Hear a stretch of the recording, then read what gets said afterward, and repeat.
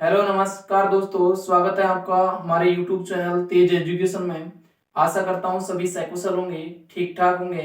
ठीक है, सभी एंजॉय कर रहे होंगे और एंजॉय के साथ ही पढ़ाई कर रहे होंगे। हम देखते हैं जो हमने कल देखा था दो पार्ट में, जो पीएच के बारे में भी देखा था, अम्ल क्षार लवण के बारे में देखा था, उदासीनीकरण अभिक्रिया के बारे में देखा था। आज जो हम देखने जा रहे हैं वो है हमारे दैनिक जीवन में जो पीएच का महत्व है, मतलब हमारे दैनिक जीवन में जो बदलाव या हमारे दैनिक जीवन में जो घटना होती हैं वो पीएच की वजह से भी होती हैं, तो उनके बारे में हम देखेंगे। ठीक है, और दैनिक जीवन में उपयोगी भी है पीएच, जिससे हम जांच करके पता लगा सकते हैं। ठीक है, आगे हम देखेंगे जो आज जो पॉइंट है, टॉपिक है, वो है जिनके बारे में देखेंगे। पौधे पशु पीएच के प्रति संवेदनशील, इसके बारे में। मिट्टी का पीएच मान, इसके बारे में। पाचन में पीएच का महत्व, इसके बारे में। पीएच परिवर्तन के कारण दंत क्षय रोग हो जाता है, इसके बारे में। पशु व पौधों से उत्पन्न रसायनों से आत्मरक्षा के बारे में, इनके बारे में हम देखेंगे। तो देखते हैं सबसे पहले पौधे एवं पशु के प्रति संवेदनशील। पौधे एवं पशु के प्रति संवेदनशील। पौधे हैं जलीय जीव हैं, पौधे हैं जलीय जीव हैं। यह जो जलीय पौधे हैं जलीय जीव हैं या जलीय पौधे हैं, वो पीएच के प्रति अति संवेदनशील होते हैं। किस प्रकार होते हैं? यदि कोई तालाब है, नदी, तालाब है जिस जगह पे पानी एकत्रित हुआ है, ठीक है, इकट्ठा है, उसका पीएच मान यदि 5.6 से कम है, कितना है? 5.6 से कम। जो शुद्ध जल है उसका पीएच मान कितना होना चाहिए? 7 से 7.4 के मध्य। 7 पीएच मान उदासीन हम मान सकते हैं, 7.2 हो, 7.3 हो, 7.4 हो, तो वो कैसा होगा? मतलब सही जल रहेगा। ठीक है, जो ना तो अम्ल ना क्षार, ठीक है, उदासीन में होगा। अब देखते हैं यदि जल है उसका पीएच मान कितना है? 5.6 से कम है। कितना है? 5.6 से कम। यदि 5.6 से जल का पीएच मान कम है तो वो कैसा होगा? जो होगी वो जो जलीय होगा वो कैसा होगा? अम्लीय प्रवृत्ति का। कैसा होगा? अम्लीय प्रवृत्ति का। या हम बोल सकते हैं कि यदि बरसात होती है तो बरसात के जल का पीएच मान, यदि बरसात होती है तो बरसात के जल का पीएच मान कितना है? 5.6 से कम है। कितना है? 5.6 से कम है, तो वो कैसी होगी? अम्लीय वर्षा होगी। कैसी होगी? अम्लीय वर्षा। या अम्लीय वर्षा किसे बोलते हैं हम? अम्लीय वर्षा बोलेंगे, अम्लीय वर्षा बोलेंगे ऐसी वर्षा जिसके जल का पीएच मान, ऐसी वर्षा जिसके जल का पीएच मान कितना हो? 5.6 से कम, उसे क्या बोलेंगे हम? अम्लीय वर्षा। अब ये पशु और पौधों के प्रति संवेदनशील किस प्रकार है ये देखते हैं। यदि जल है उसका पीएच मान कम हो गया 5.6 से, तो वो कैसा हो जाएगा? अम्लीय प्रवृत्ति का। तो जो जल के अंदर जो जीव है, पौधे हैं, जो अम्ल को सहन नहीं कर पाते, जो अम्ल को सहन नहीं कर पाते, तो वो उनकी क्या हो जाएगी? मृत्यु हो जाएंगी। जल के अंदर मछलियां भी हैं, जो जलीय पौधे भी हैं छोटे, ठीक है, यदि जल का पीएच मान कम है, जल अम्लीय प्रवृत्ति का, तो वो क्या हो जाएंगे? समाप्त हो जाएंगे, या जो जलीय जीव है वो क्या हो जाएंगे? मर जाएंगे। ठीक है, आगे देखते हैं मिट्टी का पीएच मान। मिट्टी के पीएच के मान के बारे में देखें। यदि कोई मिट्टी है, खेत है, खेत में हम फसल कर रहे हैं, खेत में क्या कर रहे हैं हम? फसल। तो सबसे पहले हम खेत में फसल से पहले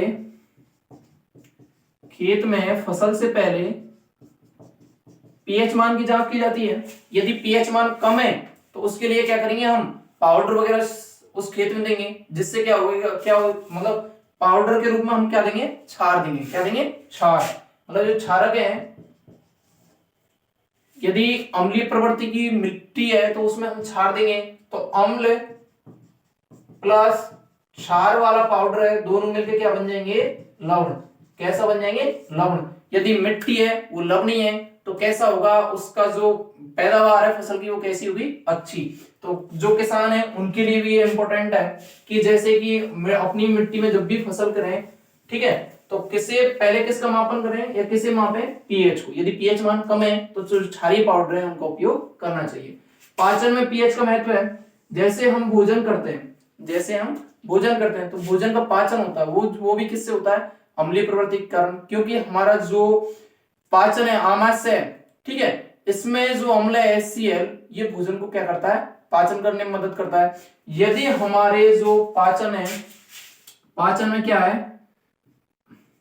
आमाशय का है, आमाशय। यदि आमाशय के अमाशय के जो पीएच मान है वो कम हो गया। कैसा हो गया? कम हो गया। ठीक है, तो वो जो अमाशय के अंदर जो भोजन है, ठीक है, वो कैसा हो जाएगा? अम्लीय प्रवृत्ति का। कैसा हो जाएगा? अम्लीय प्रवृत्ति का। यदि वो भोजन अम्लीय प्रवृत्ति का हो जाएगा तो हमें खट्टी डकारें होंगी, ठीक है, पेट में जलन होगी। ठीक है, ये सभी कारण किस से होंगे? ये जितने भी लक्षण है किसकी वजह से देखने पड़ेंगे? पीएच की वजह से। यदि हमारे अमाशय का पीएच मान कम है तो क्या होगा? खट्टी डकारें आएंगी, पेट में जलन होगी। ठीक है, इसके बाद में जो अमाशय में यदि हमारे एसिडिटी है या खट्टी डकार आ रही है तो इसके उपचार के लिए हम क्या करेंगे? हम लेंगे जो औषधि है एंटी एसिड। क्या लेंगे? एंटी एसिड, जिसे क्या बोलते हैं हम? MgOH, या फिर बोल सकते हैं मिल्क ऑफ मैग्नीशियम।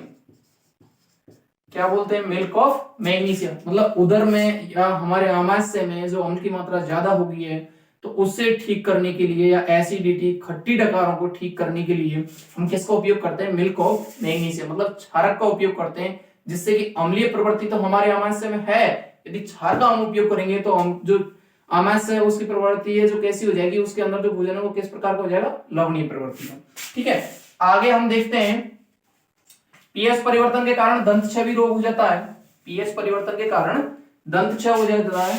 देखो दंत क्षय के बारे में देखें। जैसे हम भोजन करते हैं, भोजन करने के बाद यदि हम हमारे मुख की अच्छी से सफाई नहीं करें, दांतों की अच्छे से सफाई नहीं करें, तो जो भोजन के छोटे टुकड़े हैं वो क्या होता है? हमारे दांतों में लग जाते हैं, और दांतों में लगने के बाद में वो सड़ गलने के बाद में उनमें क्या हो जाता है? बैक्टीरिया उत्पन्न हो जाता है। ठीक है, उनमें क्या हो जाता है? बैक्टीरिया उत्पन्न हो जाता है, जिसके कारण जो हमारा मुख है, जिसके कारण बैक्टीरिया यदि दांतों में उत्पन्न हो गई तो जो हमारा मुख है इसका पीएच मान कैसा हो जाएगा? कम। यदि पीएच मान यदि कम हो गया तो मुख कैसी प्रवृत्ति? मुख के अंदर जो लार वगैरह या जो भी है, ये जो भोजन के टुकड़े रह गए थे, खाद्य पदार्थ जो खाया हमने, वो कैसे हो गए? अम्लीय प्रवृत्ति के। यदि अम्लीय प्रवृत्ति के हो गए तो हमारे दांत हैं, दांतों में सबसे पहले सबसे जो मजबूत परत पाई जाती है या कठोर परत पाई जाती है वो किसकी होती है? एनेमल की। किसकी होती है? एनेमल की। यदि ये एनेमल की परत, इसका क्षरण होने लग जाएगा, मतलब जैसे हमने भोजन किया, भोजन के जो छोटे छोटे टुकड़े हमारे दांतों में रह गए, ठीक है, यदि वो दांतों में रह गए तो उनमें क्या है? धीरे धीरे सड़गड़ के उनमें क्या लग जाते हैं? बैक्टीरिया लग जाते हैं, और बैक्टीरिया लग जाने के बाद में जो मुख का पीएच मान है वो कम हो जाता है। और यदि मुख का पीएच मान कम हो जाएगा तो क्या होगा? अंदर है वो जो दांतों में एनेमल की परत होती है, सबसे कठोर परत है, उसका क्षरण होने लग जाएगा। यदि उसका क्षरण होगा तो दांतें कैसे हो जाएंगे? कमजोर। और यदि दांतें कमजोर हो जाएंगे तो खिरने लग जाएंगे, मतलब कैसे हो जाएंगे? जो ये एनिमल की परत है इसका क्षरण होने लग जाएगा। ठीक है, ये दंत क्षय। इसकी जो उपचार है वो क्या है? कि हमें भोजन करने के बाद में दांतों की अच्छे से सफाई करनी चाहिए। ठीक है, ये हो गया। अब अगला जो टॉपिक है वो देखते हैं हम। पीएच परिवर्तन के कारण दंत क्षय भी देख लिया। आगे देखते हैं पशु एवं पौधों में उत्पन्न रसायनों से आत्मरक्षा। पशु एवं पौधों में उत्पन्न रसायनों से आत्मरक्षा, जैसे हम देख सकते हैं कि मधुमक्खी है। क्या है? मधुमक्खी। यदि मधुमक्खी डंक मार दे तो क्या होता है? मधुमक्खी जैसे ही डंक मारेगी तो अम्ल स्रावित करेगी। क्या करेगी? उस डंक में क्या होता है? अम्ल स्रावित करेगी। और यदि अम्ल स्रावित होगा तो वहां पे जलन होगी। ठीक है, जलन होगी, खुजली होगी, आदि क्रियाएं होंगी। तो इनके उपचार के लिए हम क्या करेंगे? जो बेकिंग सोडा है उसका उपयोग करेंगे, जिससे, क्योंकि बेकिंग सोडा किस प्रवृत्ति का? क्षार प्रवृत्ति का। किस प्रवृत्ति का? क्षार। और जो डंक है मधुमक्खी का, उससे क्या हुआ है? अम्ल स्रावित। और यदि अम्ल और क्षार दोनों मिलेंगे तो क्या हो जाएगा? लवण। तो इसका उपचार यही हो जाएगा। ठीक है, जैसे ही हमें मधुमक्खी ने काट लिया, उससे डंक से क्या होता है? अम्ल स्रावित होता है। अम्ल स्रावित होने के बाद में हमारे त्वचा में जलन होती है। तो इसके उपचार के लिए हम क्या करेंगे? जो बेकिंग सोडा उसका उपयोग करेंगे, उसको लगा लेंगे। ठीक है, धन्यवाद।